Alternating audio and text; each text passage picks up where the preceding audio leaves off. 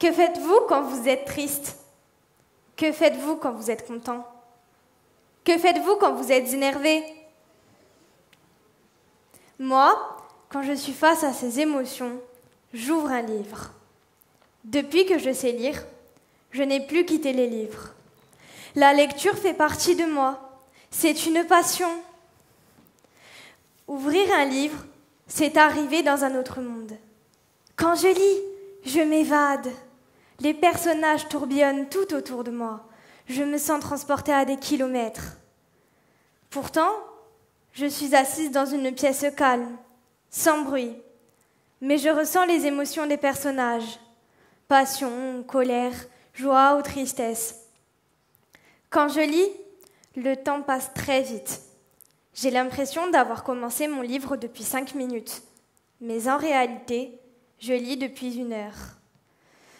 Le week-end, j'essaye de faire tous mes devoirs le samedi.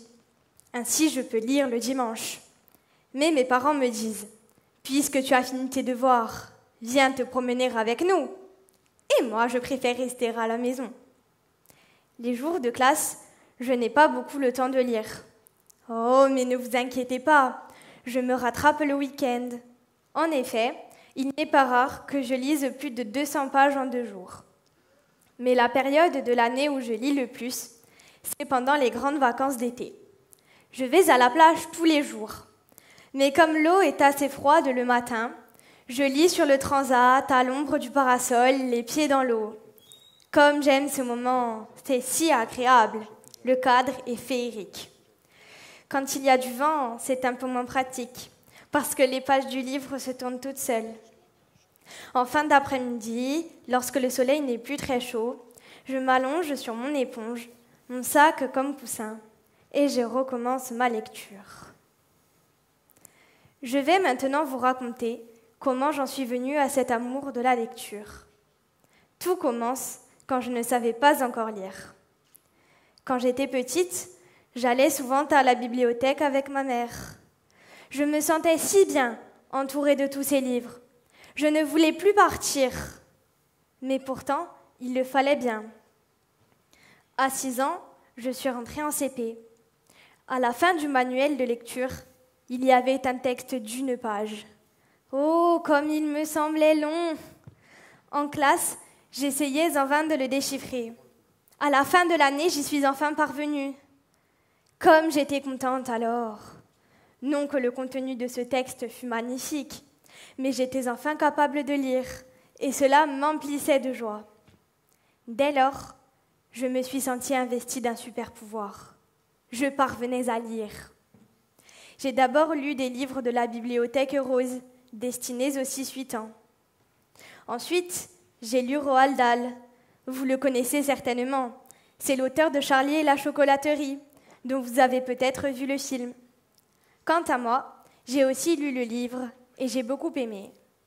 J'ai également adoré Mathilda, cet enfant qui, à 5 ans, a appris à lire toute seule. C'est tout de même incroyable. J'aurais bien aimé que ce soit mon cas aussi. Ensuite, j'ai lu Le Club des 5. Je me demandais comment ces enfants faisaient pour trouver des intrigues à résoudre où qu'ils aillent. Je me disais, mais pourquoi il ne m'arrive aucune aventure extraordinaire, des malfaiteurs à arrêter comme dans Le Club des 5? Et juste après, j'ai lu Jules Verne. J'ai adoré Le Tour du monde en 80 jours, où Phileas Fogg parie toute sa fortune pour faire le tour du monde en seulement 80 jours. Et voyage au centre de la Terre, où un oncle et son neveu descendent dans un cratère de volcan pour tenter d'atteindre le centre de la Terre. Enfin bref, des univers envoûtants. Mais mon écrivain préféré reste et restera sans doute Victor Hugo. Lui qui a écrit un jour « Lire, c'est boire et manger ». L'esprit qui ne lit pas maigrit comme le corps qui ne mange pas. Savez-vous que ce très grand écrivain, qui repose maintenant au Panthéon, a séjourné quelques jours à Bastia près de la citadelle? Regardez sa maison. Aujourd'hui encore, on peut y lire cette plaque au-dessus de la porte d'entrée. J'ai découvert cet auteur par hasard, quand j'ai dû apprendre, à l'école primaire, sa poésie intitulée « Promenade sur les rochers ». Les 2 derniers vers de ce poème m'ont beaucoup touchée. Laissez-moi vous les partager. Le vieillard regardait le soleil qui se couche. Le soleil regardait le vieillard qui se meurt. Je m'arrête là, mais je vous réserve une surprise pour la fin de la conférence. C'est en lisant cet auteur que j'ai passé les plus beaux moments dans les livres. Ça m'a apporté de la culture, mais aussi du vocabulaire. J'ai appris plein de nouveaux mots, dont je ne soupçonnais pas même l'existence. Si vous voulez des émotions dans votre lecture, je vous conseille fortement cet auteur.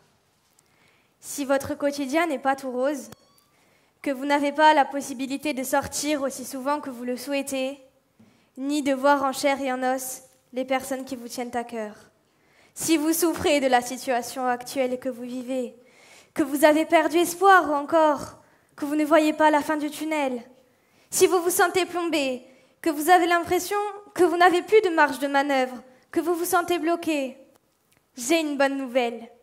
La lecture peut vous aider à vous évader. Lire coûte peu et pourtant, que d'émotions courent à travers ces lignes. Elles vont vous transporter, vous faire oublier l'espace d'un instant, votre quotidien. Imaginez-vous une page de pause, de liberté, de douceur, de joie. Quel soulagement!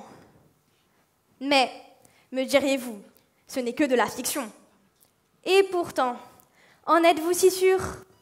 Voici une phrase de la préface de Notre-Dame de Paris. L'Église elle-même s'effacera bientôt peut-être de la terre. En effet, la cathédrale n'a-t-elle pas brûlé? J'aime Victor Hugo parce que ses romans sont assez durs, notamment l'enfance de Cosette. Mais ils reflètent la société de l'époque, sans exagération et sans embellissement. Hugo est aussi un poète. Dès lors, il parle non seulement à votre intellect, mais aussi à votre âme. Et nous avons besoin de la poésie dans nos vies. Les 4 derniers vers du roman Les Misérables m'ont ému jusqu'à la moelle.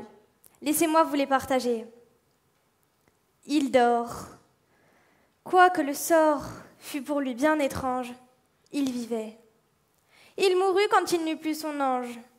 La chose, simplement, d'elle-même arriva, comme la nuit se fait lorsque le jour s'en va. Partons sur quelque chose de plus réjouissant. On est dans un monde où il y a des restrictions. Mais avec la lecture et l'écriture, vous avez 2 mondes sans limite. Pourquoi ne pas en profiter? Quand on lit, on ne se pose jamais la question d'écrire soi-même des textes, des histoires. Mais avec le confinement, j'ai eu l'occasion de me demander « Et pourquoi je n'écrirais pas mes propres histoires ?» Alors, j'ai écrit. Ce sont des petites histoires, d'une 15aine de pages chacune. Mais cela m'a bien plu. Alors, il y a eu l'étrange histoire de Monsieur Range, qui habitait sur une île invisible dont il ne pouvait sortir qu'une fois par mois. Puis, les évanouissements de Nathan. Une histoire assez comique, dans laquelle, après un crash d'avion, le seul survivant se retrouve sur une île déserte et ne cesse de s'évanouir. Ensuite, la rencontre des personnages. Une histoire assez improbable, dans laquelle on s'aperçoit que Nathan et Monsieur Range se connaissent. J'ai aussi écrit des textes personnels, comme les promenades du dimanche, où je raconte les longues promenades insupportables que je devais faire avec mes parents tous les dimanches, et bien d'autres encore. Et si vous essayez d'écrire quelque chose, vous aussi? Vous avez toutes et tous, chez vous, à portée de main, des feuilles et des stylos. Le matériel est là, à votre disposition. Pourquoi ne pas en profiter? Laissez parler votre imagination, ne vous censurez pas. Tout ce que vous écrirez sera le bienvenu. Il n'y a jamais trop de livres. Il en faut, et encore et toujours, disait Zola. Ayez confiance en vous, persistez.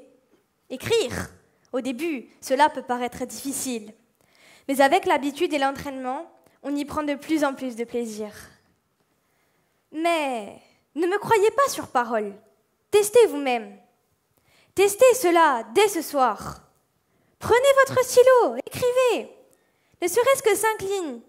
Elles vous feront oublier, pendant 5 minutes, le reste du monde. J'aimerais maintenant vous proposer de voyager avec moi en vous lisant cette merveilleuse poésie de Victor Hugo, Promenade sur les rochers. Le soleil déclinait.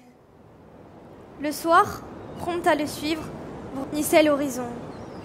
Sur la pierre d'un champ, un vieillard, qui n'a plus que peu de temps à vivre, s'était assis, pensif, tourné vers le couchant. C'était un vieux pasteur, berger dans la montagne, qui jadis, jeune et pauvre, heureux, libre et sans loi, à l'heure où le monde fuit sous l'ombre qui le gagne, faisait gaiement chanter sa flûte dans les bois. Maintenant riche et vieux, l'âme du passé pleine, d'une grande famille, aïeul laborieux, tandis que ses troupeaux revenaient de la plaine, détachés de la terre, il contemplait les cieux.